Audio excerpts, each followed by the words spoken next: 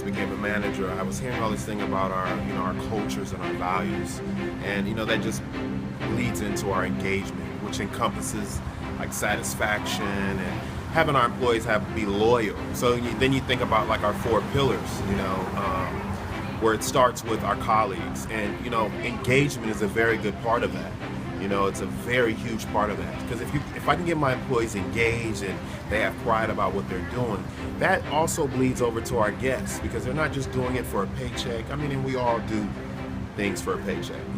We're all here for, majority of the people are here for the money, but when you have pride about, and you're loyal to your managers, and you're loyal to, you get what we're trying to do here, you realize that it's not just about money. So you have pride, and then it bleeds over to our guests. So, and then when it bleeds over to our guests feel that energy. They feel what we're trying to do. They feel our values, and then then the guests start talking about our brand. And so when we get to that level, when our colleagues are talking, when our guests are talking about our brand, that bleeds over to our owners, because people want to come back. People are talking about us. It's social media everywhere. So, the guests we have our JD Power scores, and, all these things that mean so much to hotels now.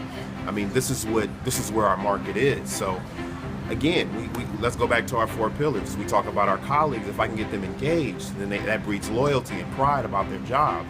Then it bleeds over to our guests. So, that gap right there is, to me, the most important, because once we get that, they're going to talk about our brand. If you look here, we got the fig tree here.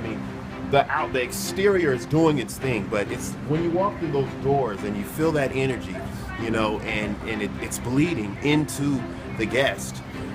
So I just feel like that is our promise. That's our culture. That is our values.